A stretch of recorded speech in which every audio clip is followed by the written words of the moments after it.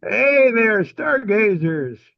You know, most of your big communities in our country have star clubs, astronomy societies, telescope groups, folks who, like us, love perusing the heavens, the cosmos.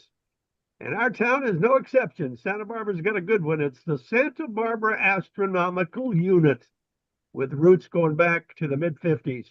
But not many of these clubs have a continuous YouTube channel. We do, and we're on it. Welcome to the SBAU Astro Hour, everybody. Mondays, 11 a.m. I'm your host, former radio man Ronnie Heron, and I'll introduce you shortly to my very knowledgeable colleagues on the screen from the Astro unit. Right now, suffice to say, we meet the club members inside the most beautiful clubhouse in the world, the Santa Barbara Museum of Natural History, where our special science speaker get together every first Friday of the month, and outside at night a week later for the second Saturday star parties. We even help the museum look at the sun on Sundays.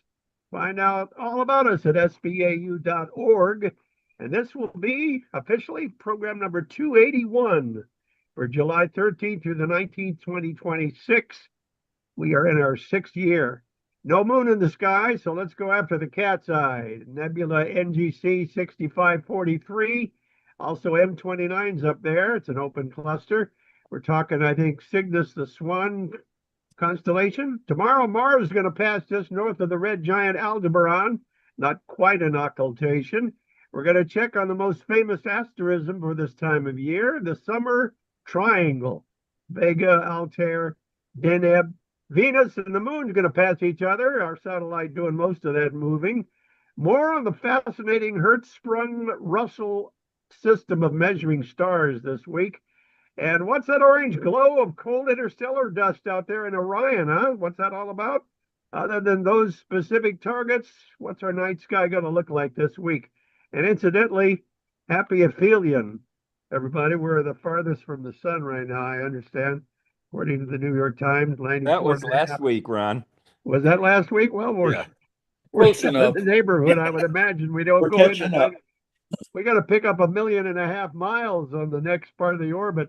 In any event, let me let you greet the guys here. This is Captain Talking Points himself, who becomes a lecturer every week. Good as you're going to find out at Broido Hall. Ladies and gentlemen, our club's president here, Jerry Wilson. Good morning, and good morning to my sister Joyce, my grandkids Riley and Calvin, and my wife Patricia. Lovely wife, Pat. Also married to a Pat is our beloved and incredible coordinator of outreach, Mr. Chuck McPartland, who's married to Pat, our treasurer and merchandise manager, and around whom I think the whole club orbits. Here is distinguished retired professor from Westmont, had his own lab, and has edited our newsletter for years, Morning. Tom Whittemore. Hello. Good to see you, Tom. Yeah. According to the other guy on the screen, the last one I'm going to introduce, you were, I guess, contacted each other this morning, and you were both out there looking at the sun at the museum yesterday. Tim Crawford is on the screen, lens expert, future orator, one of our featured speakers for the in-house December party. We always have two of our best, and two of our speakers are on the screen with me. Every week we do sillies. We start the hour with cartoons. We've exhausted most of the Gary Larson Far Side stuff, but occasionally the boss man finds one. In this case, we had 7 forwarded to us. So silly science cartoons time. Want to read that, somebody, Jerry? You could be allergic to dinosaurs and not even know it. Probably react to chicken.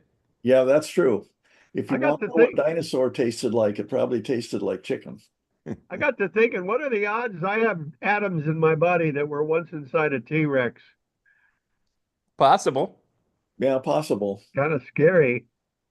Chuck, you want to diagnose what we're seeing here? It looks like underwater Okay. view. It's an XKCD, and he's sitting on this little deserted island with his palm tree, looking around and saying, Day 44 is still stranded with nothing but flat, empty water as far as the eye can see. And then So underneath the water, there's all kinds of stuff going on. Airplane crashes and boats and... Yep, that's true. There's a world down there, supposedly the last frontier. Whittemore, I'm going to let you do this one. I did like this one. I like What this do you know about atoms? Very little besides that. one. I thought that was great. I didn't get it the first time, and I said, Yeah. he knows very little. Then I Yeah. realized. Okay, what are we looking at here, Tim? Oh boy, these are the knights of the periodic table. You have gold and iron and copper in the front row. Yeah. Copper is Cu. That's the only one I didn't know. Yeah. Okay, Jerry, you're going to have to guide us through the different shapes of the moon as depicted in art, because they get it wrong, don't they? Sometimes they do. I saw a picture, a movie in the evening where they had the crescent moon up, but the horns were pointed the wrong way. In order for that to be right, the sun had to be up and it had to have been daytime, but the sky was still dark.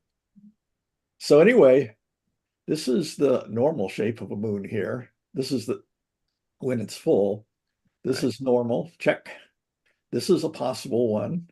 It's a gibbous phase. And this, of course, is a crescent phase with the horns facing up, as if the sun has to be down here, which it does. This is early evening or early morning. This is one that I have seen in a movie, and it's not possible at night. Really? What's that? Really, the sun is never that If far up above it? If the sun were up here, it would be daytime. Well, it's above us. So, and this one is not possible. This is an eclipse that's happening, but the sun all by, or the moon all by itself can't do this. Uh-huh. And this one too, this is Venus does get into this kind of a crescent because it has an atmosphere and the atmosphere glows. And so you can get horns of the crescent past halfway. The, The moon can't do it. the black edge is not a terminator. No, here the terminator would go around here. This Ah. is looks okay. The moon, the dark side is you can't see stars through it. Here you can see stars through it. Oh. And I've seen this in movies too. Yeah. There's either a hole in the moon or a nuclear war on its surface. Okay, who wants to try this one? Chuck? Somebody holding up a floppy disk, and not even the oldest kind. It says, if you know what this is, you most likely have back pain. Why is that? Is it because you had to lean down to put it in? No, just because you're old. You're old. You're old. Oh, okay. I didn't Back get pain it. plus other stuff. Floppy disk. I think I still have some. Can you enlarge that? Okay, this might be good for Tom Whittemore's sense of humor. In my defense, the flight attendant said, please familiarize yourself with all the safety features aboard the aircraft. Yeah, Okay. that's great. The guy's done just that, hasn't he? So that's the staircase, I guess, huh? That's the slide. No, the inflatable life raft, I think. Yeah, that was the inflatable life raft. Well, Okay. the slide It could be the slide. down. Yeah, Yeah, it could be a slide. Yeah, that also Oh, detaches okay. and that also detaches and acts as a life raft. Okay. Somehow they packed that on the side of the plane, something Yeah. that much, that big. Yeah, when the doors open, it automatically is supposed to automatically inflate those. Well, they're not little. No, Fascinating stuff. It gets us into the night sky, everybody. Here we go. okay. The moon is essentially gone from the sky, so especially the evening, and so we have very dark skies. And a very dramatic thing to look at is the Cat's Eye Nebula. It's one of the most complicated structures, and it is located in Draco. This is the long Dragon? yeah, dragon. Oh, they're not. Oh, it is connected right there. Yeah. I thought they're missing a line. Somebody cut his head off. Yeah. But this is where the Cat's Eye Nebula is in Draco. Yeah, Jerry, a nice way to tell people how to find Draco the dragon is the dragon is always between the two dippers. You see that? So the tail Yeah. is always between the two dippers. Yeah. here's the head of the Big Dipper with its handle, and here's the cup of the Little Dipper. So Right. between them, right there, is Yeah. Glasser It and gets you started. It kind of gets you started. You know where the tail is then. yeah. Okay. And But what's Jerry, kind of have fun, you? what's Go, kind go of ahead, fun Chuck. is the two pointer stars now to the North Star to Polaris are there. But if you take the other two on the other side, those point to Thuban, which was the North Star when the Egyptians built the pyramids. It's Oh. good. That's a good one. Really? So if you see claims that the Egyptians built their pyramid to line up with Polaris, you know it's bogus because Polaris wasn't the North Star then. Yeah. Hey, Jerry, if you blow this up a little bit and magnify it where the cat's eye is, I'll show you a really cool star hop that I heard about. Yeah, right. That's just perfect. The two stars out to the left that are brighter, and the two stars out to the right. These two? No, Oh, no, it's very close. just off of the Yeah. yeah, those two there, and then on the other two on the other side, right there. Hmm. No, well, yeah, you can use those. Now, what you do is you just cross you go from the diagonals with lines through it, one to lower left to upper right, and then lower right to upper left. Yeah. They intersect right at the cat's eye. Yeah. And Tim was telling me yesterday the solar, it makes a bow tie. Yeah, it's a bow. It's a bow tie jump. That's what they call it in the star hop. Yeah. It's kind of interesting. Now, what you will see in here is you'll see what looks like a star in there because that's what the planetary nebula looks like in our telescopes. You have to magnify it up to usually 100 or 200 power to see the real disk of it. Yeah. Well, gentlemen, my impression of a kitty cat's eye is that the lens is shaped sort of like a skinny football. It's got points. Is that represented here somehow? I think he has an image of it. We'll have that in just a minute. Yeah. Oh, Cat's this eye is is a a- slit. Cat's this eye is is a a- slit. Go ahead. Oh, I was going to say cat's eye is a slit. That's Yeah. what I meant. That's how I described it as a football. It's the only shape I could think of.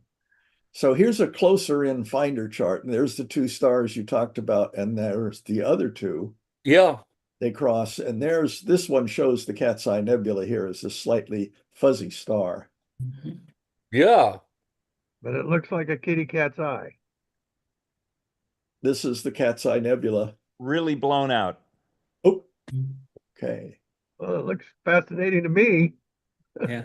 That's what it Uh, looks it's like pretty- in it's pretty binoculars, cool. Ron. Is it really? And it's a What does the nebula. It's star a do to that. Did the sea star see that really cool? Well, Lee tried it at Refugio, Hmm. and it was really small. Okay. Oh, okay. And Ron, we had a cloud out yesterday at the Palmer, but we still got 106 people. yeah. I heard about that from Tim earlier. Yeah. Did Dave Larson ever show up? No. Not yesterday, just Tim and me. And then Hunter was out front. Yeah. Now, not to defame David, but he's almost always there, so he can Yes, be there yes. one time when there's clouds. But my So anyway, question this is not washed out, I hope. Yes. No, No. it's Very beautiful. nice. Okay. perfect. So this has the reputation of being one of the most internally complex. There's multiple sheddings going on here, or explosions or cast-offs of outer shells going on. Yeah, the whole thing is shaped like the lens of a kitty cat's eye. Yeah, Big black, but It it's looks not better brown. than I don't know why we love them like they do. They look like devils. not my cat. My cat comes up and wants snuggles all the time, Yeah. especially you wake up in the middle of the night at 3 a.m. and she's trying to sleep in my armpit. Oh, I had a tabby like that once. Okay.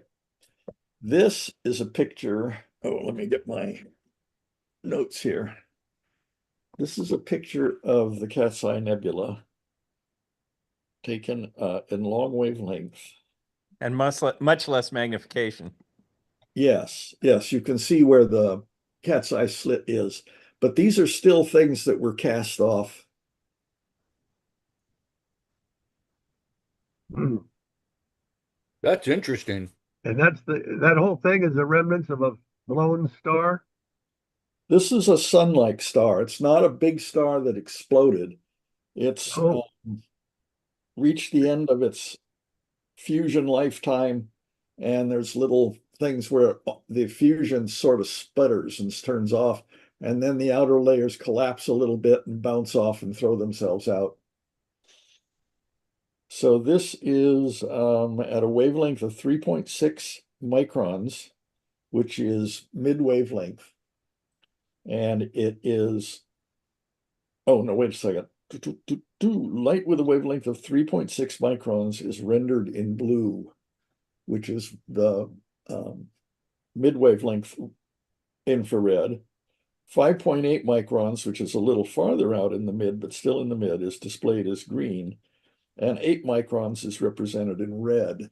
Now, over here, 8 microns is technically over the borderline in the far infrared, but that doesn't really mean anything. It's the wavelength number that counts, not the bin it falls in.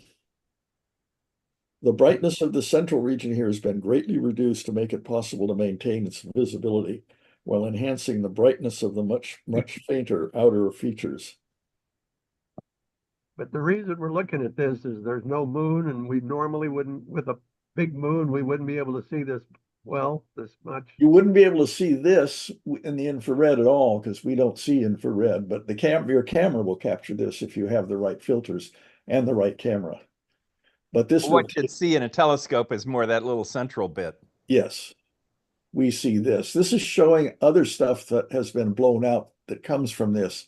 It's a bigger object than we see with our eyes. This is what we see with our eyes. Jerry, you said something earlier that caught my ear, and I didn't realize is that it actually collapses and rebounds off the white dwarf.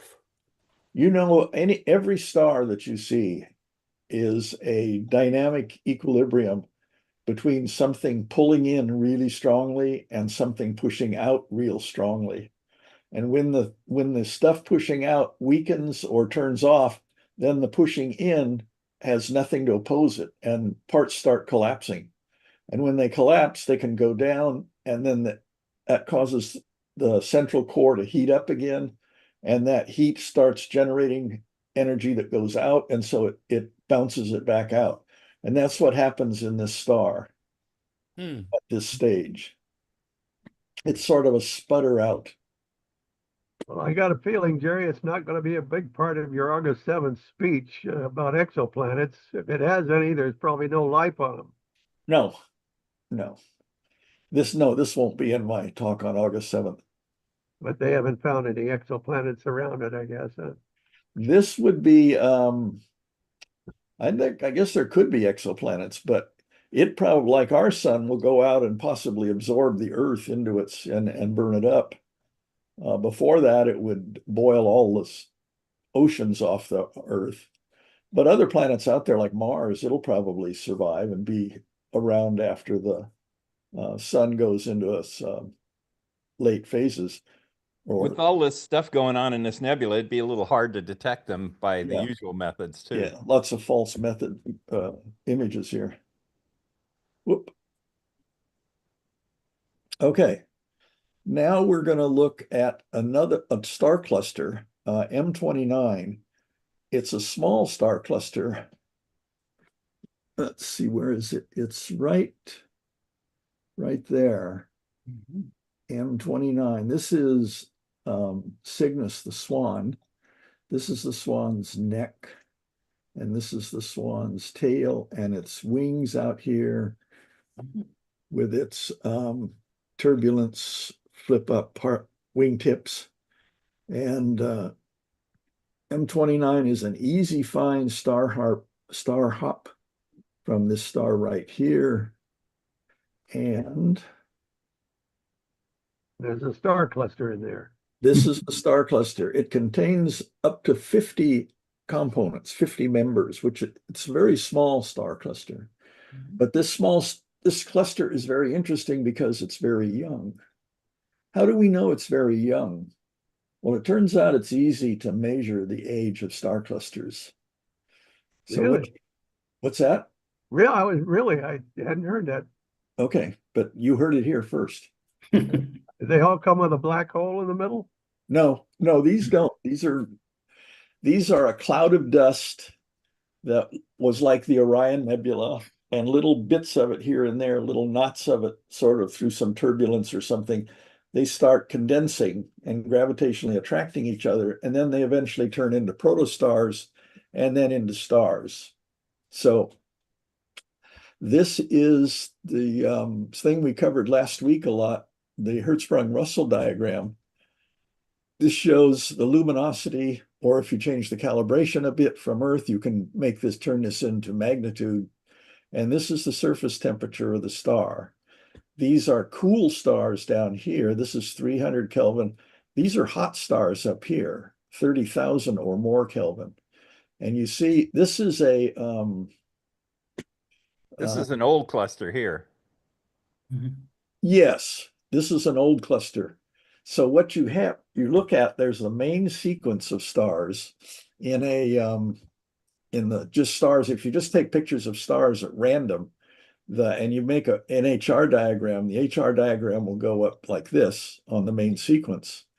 The stars up here are big stars. They're very, very hot. They fuse fast.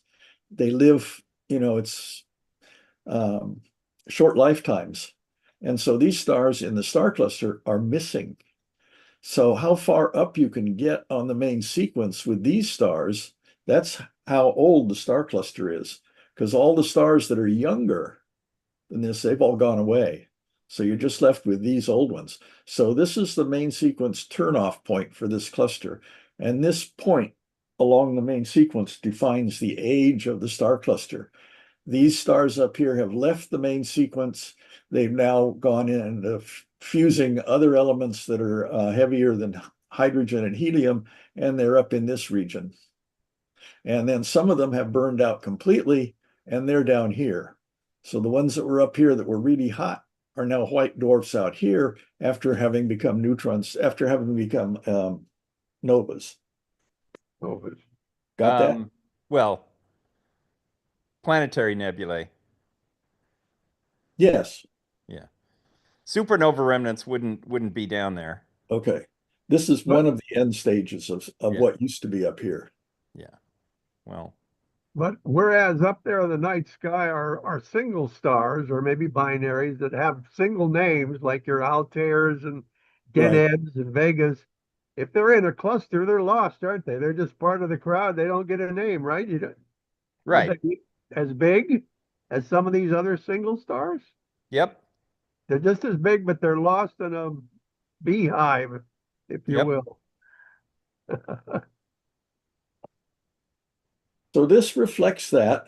This is these different curved lines here are stars that started out on the main sequence and they have left the main sequence, such as this blue one here.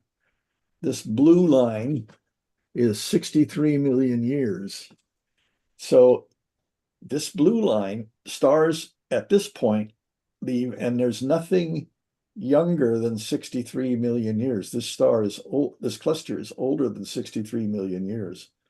A young star cluster will still have stars up here that are short lifetime, but they're still on the main sequence. So when your star leaves the main sequence, that lets you estimate the age of the star cluster. Oh, wow. Didn't somebody ask in the workshop about this the other night? They might have. Yeah. That's why I put this in. I generally get my ideas for what we're going to talk about from questions that people asked within the last week or two. Yeah, this was a question somebody had, and and the lines that come off the main sequence were the key. Mm-hmm. Well, you know what the number indicates to me that you just gave me? This was formed right after the dinosaurs were eliminated. Yeah, 65 million years ago is when that asteroid hit the Yucatan. Yeah. This was just forming then. Yeah. I don't quite get it yet, Jerry. So the lower right, when they leave the main sequence at the lower right, those are the younger ones? No, that's a really old cluster, that purple line. Yeah. Oh, yeah. That's old. You're right. Because those Okay. stars that are on the lower right part of the Hertzsprung-Russell main sequence are the low mass stars that live basically for a long, long, long time. So it takes a Okay. long time for them to evolve off the main sequence into that line. Okay. They're not hot. They're not burning through their fusion very fast. They're conserving their energy for later in life. Okay. In this case, which is usually luminosity, here now it's mass. So these are the massive stars. Well, wait, no, that's Magnitude. magnitude. Yeah. It's also mass. Yeah. Right. Yeah. Brightness. What's that? Brightness. And the colors, do they correspond with, No, the colors are random. oh, They're just they're for random. graphing the age down here below, Yeah. Ronnie. Okay, Yeah. got it. So you see stars that are down here. This guy is green. So that is, let's see. If he Those look like leaves some the individual sequence- stars at the turnoff points or something. Yeah, there's one there. And that'd be 4 million years, I think. Well, This one no. up here, the blue, is 63 million years. They should kind of have left those symbols off, I think. That's just confusing people because they Okay. don't correspond to the lines. Well, no, they Oh. don't. The lines are calibrated and the stars line along here. Okay. So where you find the stars, that's where the age is determined. Oh, okay. I had reversed it again. You're right. The younger No, ones are I upper did the left. same thing for a long time. Yeah. But when they point a big, huge telescope at this star cluster, is it always different, changed? Are they going in front of each other, occulting, refiguring, No. or does it stay pretty close to Their the movements on a human lifetime scale are very small. Yeah. same? Is that right? Yeah. But we see binaries circling each other, don't we? Yeah. If there were binaries in here, then they would circle each other, but they at this distance you probably wouldn't see them. They'd probably be spectroscopic binaries. I don't suppose they found any What you're exoplanets describing inside. is more of a globular star cluster, and this is an open star cluster, and it's a very lightly populated one. It's only 50 stars. As a matter of fact, this is the Hertzsprung-Russell diagram put together by some graduate student for M29, and they got real complete, and they made the dim stars really dim, which is unfortunate because you can't see where they are down here. But the main sequence runs up through here. And this is all the stars in the star cluster. There's only like 50 stars. So at the risk of repeating what you may have already said, Jerry, which I may have missed, these were all created out of the same huge nebula earlier in the same Most cloud. They're likely, not yes. just Yeah. a bunch of random stars in the galaxy that decided to get together. It's not that. It's not random stars that decided to get together. It's stars that were birthed in a nebula that would have been called a stellar nursery, like the Orion Nebula. About 63 million years ago. No. Oh, I get it. Interesting. I didn't know that. That's neat. Yeah. This A one lot of our has, clusters are have origins just like that. yes. Yeah, that's how you make a cluster. Now, in this case, this one has all of its stars up here, all of its red giants that burn fast, burn furious, and have very short lifetimes. They're still on the main sequence. So this star cluster is not very old at all. Yeah, and those aren't red giants. Those are blue giants. Blue, whatever, yeah. Yeah. They're the big stars, the big hot ones. Wow. Okay, Amazing. I have to switch back to the other display. Now, if I can do this right. That was it. That was eye-opening for me. Although it seemed simple, I missed it, and I've been describing that for years wrong. The clusters are born that way. That's neat. Well, Do you call suppose- everybody up that you talk to. Yeah. Do you suppose, Jerry, that all the stars in that cluster are so young that they couldn't possibly really have planets by now? Young has nothing to do with planets. Right. Young has to do with how long the star lasts. Yeah, the other thing I noticed, Jerry, is that the spread in magnitude from Yeah. the hot, bright ones down to the, the dimmer, cooler ones. Uh-huh. It's about 6. Okay. So that's about 2.5 times 100. So 250 times in brightness variation from the top to the bottom, just roughly. Wow. Just something to notice. It's kind of neat. Yeah. Because they were taking care of stars that were like 18th magnitude or some, or if I could see that chart again, Jerry. I Sure. think the brightest stars, let's see. There. No, Okay. I don't see it, but didn't come. Was it an earlier chart? it was the one just before this. The Oh. It was Hertzsprung. your Hertzsprung. It was the picture of the cluster on the Hertzsprung Russell. The M29 particular. Yeah, the HM. 29. This is M29. But we're not seeing that. We're seeing dawn on July 14th with Mars Right. and Oh, Aldebaran. okay. Bastille Day. Yeah. Oh, yeah, And that's somebody's right. birthday really close to that. Yeah. So you're not seeing anything right now, right?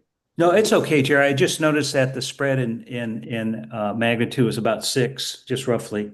Okay. And when you go a difference of 5 in magnitude, okay, that's 100. There you go. Yeah. You see how they're way up there around 9 Yes. and they're way down there around 15. Yeah. So that's a difference of about 6, which is about 100 times maybe 2.5, 250. It's just interesting. You So, suppose we're looking at about 50 stars? That's what it is. yeah. Okay, so they're all on Yeah. there. And M29 is a personal favorite. I used to always show this at Westmont with the 8-inch. It is Yes. beautiful. This time of the year too, because it's up Yeah. high. It's getting up high. And none of the individual stars got a name, just the whole thing is an M. Messier. Mhm. Yeah. So Tom, what's the math on that? It's a logarithmic, it's logarithmic, Yeah, right? yeah. So Tim, every difference of 1 is a factor of about 2.5, just roughly. And this is 2.5. magnitude. This is eighth magnitude, which is beyond Yeah, our which is pretty time. dim. And Mhm. this is down to 16th magnitude. Right, which is, Pluto. Yeah. So Tim, a difference of 5, is a factor of 100. This is another legacy of the ancient Greeks, Right. where astronomy sticks to some old method. Yeah. That doesn't quite fit into our analysis. Yeah. Yeah, right. This is how the flow of electricity as positive charges got established. And then later physics found out it was really electrons that were negative charges that did the moving. Hmm. Really Okay. fascinating. Hmm. The low stars are dim and yet they're supposed to be brighter. No. No? Okay, I misunderstood that. Lower magnitude stars, the smaller the magnitude, the higher the brightness. Yeah, That's what I said. Down low, they've got dim. yeah. The stars portrayed. Yeah, but that was a higher magnitude. If you look at the scale on the left, it was going to higher numbers. Yeah. This is a really neat pairing Jerry is showing with Mars and Aldebaran. The higher ones should be less seeable, and No. yet they're Oh, no, they're brighter. Smaller number means brighter, Ron. Ronnie, look at the scale. Okay, 8. That's a smaller number than 16 at the bottom. That's the magnitude. Yeah. Bigger Oh, I numbers see. in magnitude are dimmer stars. Yeah. I got it. You're right. See, I had that reversed. he made the bright stars bright. And Yes. that's why you can't see them down here, which I find personally annoying. But he's trying to be authentic in his Yeah. representation. Now it makes sense. Sorry about that. Okay. Fascinating. Things we learned, Tim. Now, Yep, yep. dawn tomorrow morning. Yeah, but 4:30, Jerry, it's pretty bright in the east. Well, this isn't my chart. This was Hmm. from what is it? Astronomy magazine. Yeah. And is from what's that? Stellarium. Stellarium. That's where Mhm. this stuff. And so this Yeah. is how stellarium represents that brightness of sky. It's not Mhm. like my sky 6 where it's a completely black. Yeah. It is Yeah. Yeah, 4:30, it's pretty glowy out in the east kind of northeast. glowy. Yeah. Okay. Stellarium. Is that like a Well, planetarium? it's the name of a software program. It's a Oh, it has not, planetarium software program. Yeah. not a building. Okay. It's free. So that's why you Mhm. see it so much. And it's online. It's excellent. Yeah. And on my phone, Ron, I use Sky Safari. Yeah. It's nice. It's really nice. You can point your phone all over the place and see stars you can't see below your feet. Yeah. That would be www. It'd be skysafari.com or Just edu. ask for Sky Safari. It was free, and I've had it for years. I like it. I like it a lot. Sky Safari is the name of the app, Ronnie, but it's Yeah. some other Yeah. company's webpage. I think they Okay. were just bought out too. It used to be one company Yeah, handled. Oh, I yeah, must have gotten this, Tim, about a half a dozen years ago. yeah. Yeah, I like it. It works fine. Yeah, wonderful. I use it for the star parties all the time. Hmm. I think it got acquired by the same Canadian company that also acquired Santa Barbara Instrument Group. Oh, wow. Oh, okay. Well, Jerry just brought up Astronomy Magazine. Is our buddy Bob Berman still a columnist? No. He's a contributing columnist. That is, he writes columns, and whichever magazine wants to buy it, they buy it. These things, there's nothing stable about the astronomy hobby. Yeah. Equipment company has been owned by half a dozen people from when I got into it, different people. The software is the same way.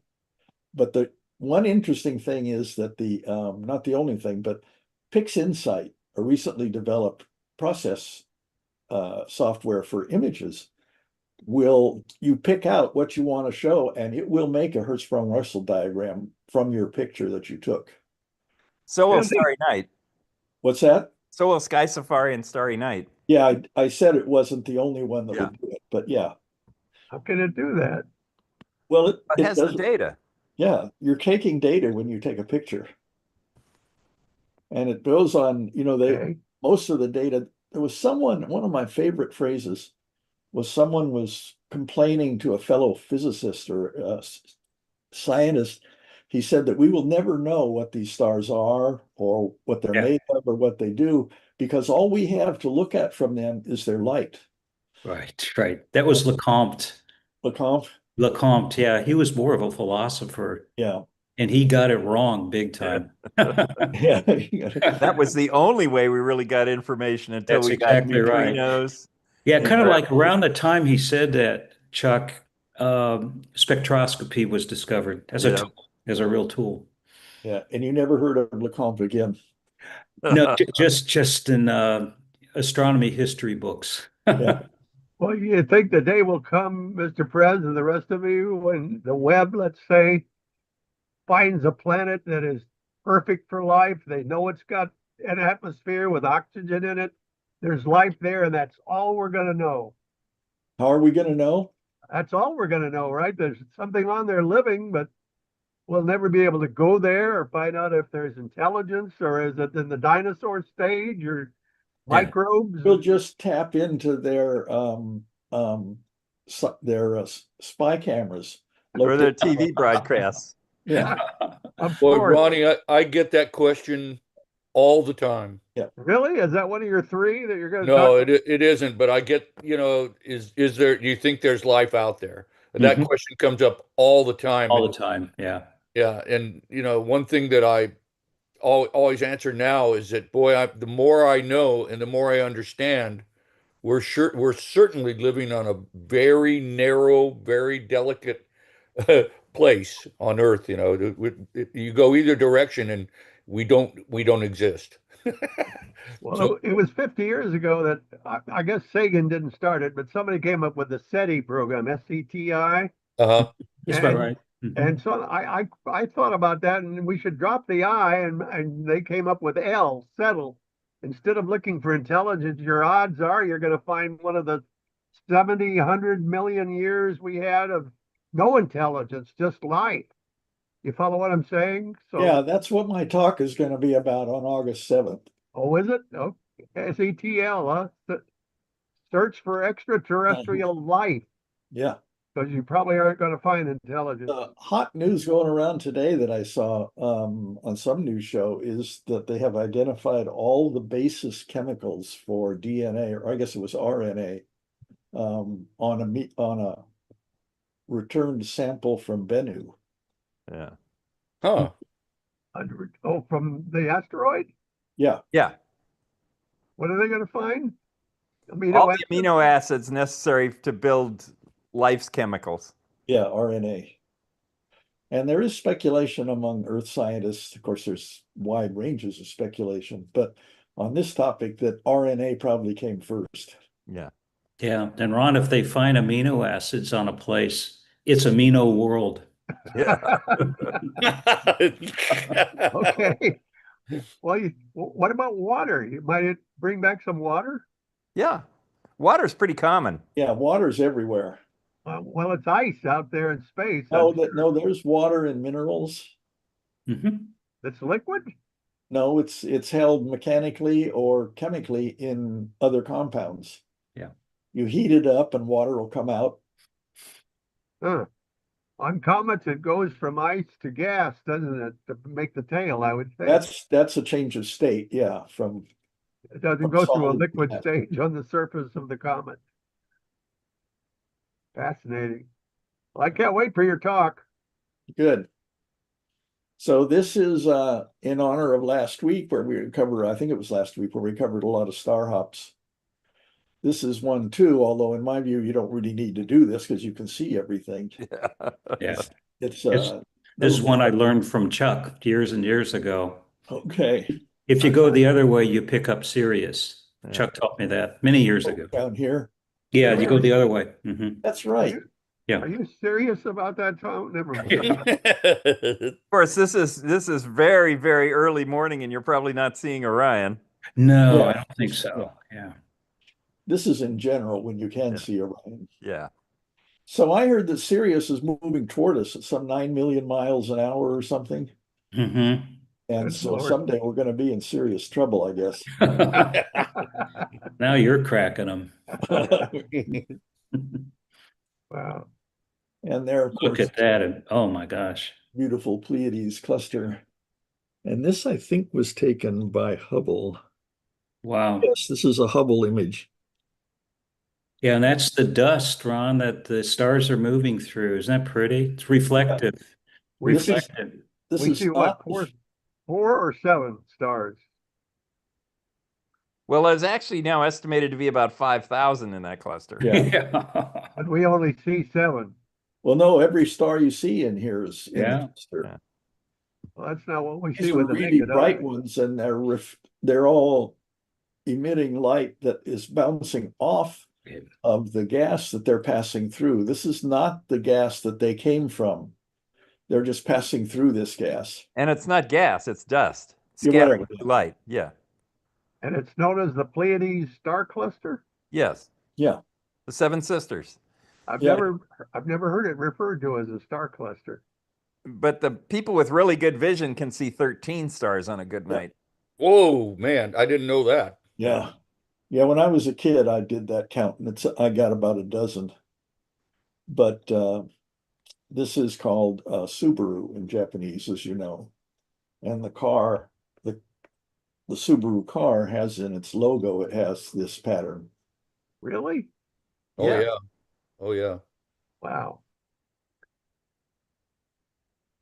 Amazing. Okay, this is an HR diagram of the Pleiades star cluster. It's a little washed out, but you can see enough to see that it's young. It's not too bad. Okay, okay. So it's going up here, and there's a little deviation from main sequence up about here at about 0 visual magnitude. This can be calibrated in many different systems. This is absolute visual magnitude. So these stars are 0 magnitude, but they're not 0 magnitude in our sky to our eyes. 0 magnitude. So magnitude's going up, getting brighter.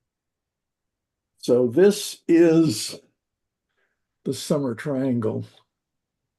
Ah, It is Vega, More to the right. Oh, thanks. And then Altair. And back again. So Does this is rising Australia? in the east. We're into the summer, so it is in the sky, but this fall it will be in the evening sky. Does the southern hemisphere have its own triangle? It's got its own geometric everything. Yeah. Seems to me I thought about something, some big asterism or constellation they watched that's similar to our summer triangle up here. It's Can also they, got a southern cross. maybe that's what it is. Can they see our triangle in Australia, New Depends Zealand? how far north they are. Uh-huh. Yeah, It's a Cygnus, great, they probably don't get up to Deneb. I it's a don't know. great time of the year, Jerry, for star hop for just everything. There's so Yeah. much up there. On a clear night, it's just dramatic. Yeah. Well, you know, Dr. Wee from Caltech in November is going to talk about a new NASA scope down on the South Pole. That's going to show us a whole different new sky, isn't it? Yeah. We're not going to know any of the stars that we're watching at. Well, yeah, that's a different kind of detector. That's not going to give you a visual image. Really? It says microwave telescope, whatever that. Okay, we're two stars on the screen, ladies and gentlemen. This is tomorrow, not tomorrow night, Thursday night? Thursday, yeah. Thursday night. Tom's birthday. Happy 17th. birthday, Tom. Oh, Thanks. 17th. Okay, Yeah, it's Friday. Friday, yeah. You going to be at Westmont celebrating? No, actually, we have music, Chuck, Okay. on my night, yeah. I hope Okay, the so fences this are is down. the evening sky, few minutes, 40 minutes after sunset. Still Yeah. not dark. This is the crescent moon, just past a new moon. So it's a few days old. Right, and Venus is now up in the Lion, it was a month ago it was in Gemini. Yeah. Yeah, It's zooming away from Regulus too. It's the really other moving. It's the other really night moving. up at Refugio, I had to ask Chuck what the star was below Venus. And he goes, that's Regulus. No way of knowing that, but a lot of people wanted to know what it was. Well, some of those inner planets in our solar system go as fast as our moon, don't they? Almost. No, None of them do. The moon outdoes them, I guess. no, Mercury would have to go around the sun in 1 month to move faster than the moon. So this is the next night, July 17th, Friday. This is showing another star cluster, Melot 111 up here. Is that the beehive? That's What? Coma No. Berenices. Oh, okay. And this is a close-up of Melot 111. And that looks like NGC 4565 down below there, or some similar edge on spiral. That one, yeah, very dramatic. Is it called the Needle Galaxy? It's one Yeah. of the many. Needle galaxy. I think it's called the Needle Galaxy. Yeah. Really? So It's this star cluster shows all the characteristics. This is relating back to age of the cluster for a intermediate age open cluster. It's about 280 light years away. It's got a turnoff point of about 400 to 650 million years old. Shows a prominent main sequence turnoff near the A-type stars around spectral class A3, for those that are into that. This is visual magnitude here, scale, absolute, not from Earth. If you go and look, it's not a zero magnitude star in our sky. But Are you sure that's not absolute magnitude, Jerry? It's what?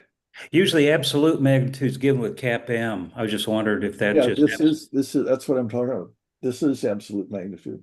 Okay, so how bright the star would be at 10 parsecs. Yes. So Okay. this is zero magnitude, not how it would be in our sky. Right. Okay. And then this is the same pattern, but looked at in terms of luminosity. This is compared to blue minus visual magnitude, and this is log of surface temperature. Yeah.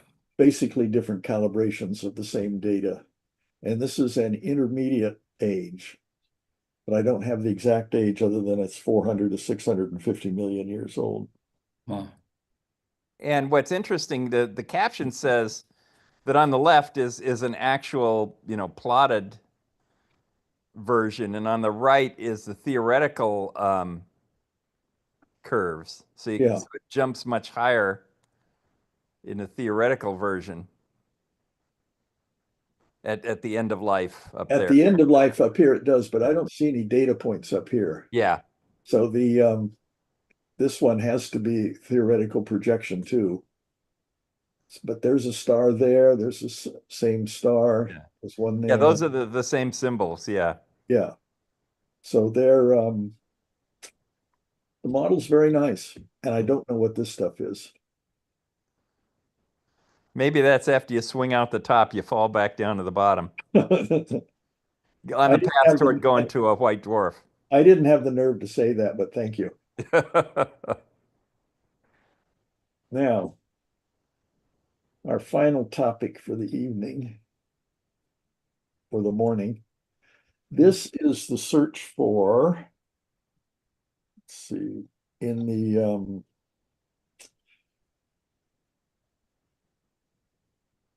oh yeah, this is a look for protostars in Orion, and this is a long exposure time of this nebulous train down here, and these bright knots in it are protostars.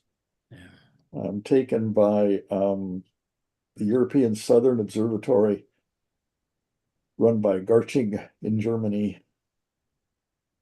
So what's a protostar? The protostars. What is it? These are things that are knots of nebulosity that are going to become stars. If you remember last week, we talked about Hertzsprung-Russell diagram, and the reason it's here is that there is stars that you can see. They're actually protostars. They shine by light, but that light is not produced by fusion. They have to reach the main sequence for them to count as stars. And then they shine by fusion in their cores. These are protostars, they're pre-stars, but they do shine, but they don't shine by fusion. They shine by compression. That is the weight of the outer layer of the star is compressing down, like how a diesel fires. When you compress the gas-air mixture in there, it rapidly heats up until it passes the explosion point or ignition point of the fuel-air mixture, and then it blows up. That's what happens here, in a sense, but it's heading toward when the core temperature through compression gets to be 10 million degrees, then it starts fusing hydrogen. So it's actually illuminated by temperature? Yes, it shines by temperature. Okay. But they're not brown dwarfs? No. Well, what is a brown dwarf then? It's something that never reaches hydrogen fusion, although it can fuse deuterium for a short amount of time. Can you see brown dwarfs? You can see these apparently. Yeah, you can see them. You can see brown dwarfs? Jupiter shines by compression. Jupiter is not a star. It never will be a star. It doesn't have enough mass for its core temperature to reach fusion, but it does have enough energy in the core from compression that it shines. It gives off more infrared radiation than it absorbs from the sun. So technically you can't see it, but it shines. When we see it at night, we don't see it shining. It's just, that's light bouncing off from the sun. But if you could see in the infrared, you'd say that Jupiter is actually glowing. It's emitting its own light. And these are stars. And brown dwarfs in this image would probably be really, really dim blobs like that. Could I mention to Ronnie the way that I understood this, the protostar, is that when I'm showing people Orion or the Lagoon Nebula, which are, they're young nurseries for young stars. Right. The area is just all filled with a bunch of gases, a lot of it hydrogen, and it slowly coalesces. It's slowly drawn together, and then as it gets tighter and tighter, and the gravity pulling it together, it actually gets warmer in the inside, and Yeah. and that compression keeps happening for over, I don't know, millions of years, whatever it is. As it keeps compressing and compressing, it finally gets hot enough to ignite, and that's what I tell people how it Right. starts. Yeah. These And that's stars when it's here, really bright. That's when these it's really stars here, bright. Right. go ahead, Ron. I know, I was just going to say when it lights up, when it ignites, that's when it really goes up in magnitude, right? Yep. Yep. Then Actually, no. the fusion starts. Actually, no. When our star was forming as a protostar, if you remember last week, it showed on the Hertzsprung diagram, Russell, that it was dropping down. So it was actually decreasing in brightness. Oh, that's right. Yeah. That's right. We showed that. Yeah. So these protostars we're looking at in this nebula are soon going to have planets around them in the Nothing to future. do with planets. They could have planets or not. That's irrelevant. Yeah. Doesn't matter. These are just the core star, and these are heating up through compression. And this is another photograph taken of the Orion Nebula by the James Webb Telescope. You can tell because of the distinctive diffraction pattern. The James Right. Webb is the only telescope that makes this. Is it four, Six-pointed five, star. 6, 7, Well, 8? look at the detail of those gases straight up there to the right of the circle. Yeah. That detail right above your cursor, right there. That detail is unbelievable. Yeah, this is a protostar. This is a star that is not shining by fusion. It is shining by compression as it tries to compress up to where it will start burning helium. Amazing. It comes with its own dotted lines. And what's being compressed is mostly hydrogen, right? Yes. Mostly. Probably mostly hydrogen, but it's going to be, we have all sorts of we have at least 3 generations of stars behind us. So it's got a lot of metals in it too. Yeah. So we're seeing a nursery in action. Yeah. Amazing.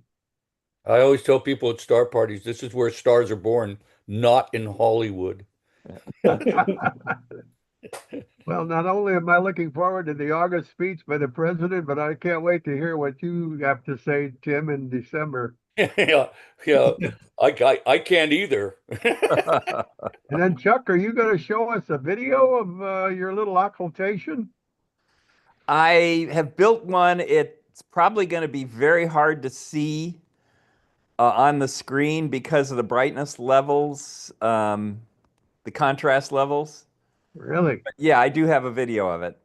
Well, what happened was a double occultation, which made you say, well, that's not just one little rock. That's an asteroid with a moonlet going around it. Yeah. The moonlet occulted the second time, right? Yeah. The asteroid's about 6 miles across and the moon is about 1 mile across. Really? You figured that out? No. But somebody did. Yes. Well, I'm amazed, and I learned a lot even from Tim Crawford. Even taught me some stuff. How about that, huh? That's a first. I want to point out in this picture, you can see the Millennium Falcon really trying to get out of the picture as fast as it can. That looks like it might be a jet from the protostar that's circled. Yeah, it goes right back. Yeah. Yeah. Who would have thought back in the 70s and 80s when Star Wars first came out that it'd be part of Disneyland? Yeah. And Jerry, yesterday, at the Palmer Observatory, we had a special visitor, Tim, remember? No, which Oh, one? yeah, he was a part of our workshop. He was building an 8-inch mirror, remember? Oh, yeah, that's right. I told him earlier. Yeah. He Do you dropped remember his by, name? and then they had a family, and so he wasn't at the workshop anymore. But he came by yesterday and introduced himself. And I says, "Oh my gosh, go out and see Tim." Tim and I were, putting that thing together back then. It was pre-COVID. I couldn't remember his name. I just couldn't He remember. looks Indian American. I think so. I Yeah. think so. Uh-huh. Okay. Well, I learned that there's a pair of astrophysicists who are both teaching out at UCSB who arrived in town from the University of Austin, Texas, 2 years ago. The Mhm. lady's name is Caitlin Casey, and they bring their kids to the museum. Yeah, I've met him You on met them? Sundays. Yeah, they've been there. Okay, well, she was booked for October, but had to leave, and I haven't got her booked yet for the new year, but then I'll work on him. Gentlemen, we did it again. We ought everybody. We'll see you again for number 282, I guess. Is that what it is? Yeah, 282 Say so. next week, 281 this week.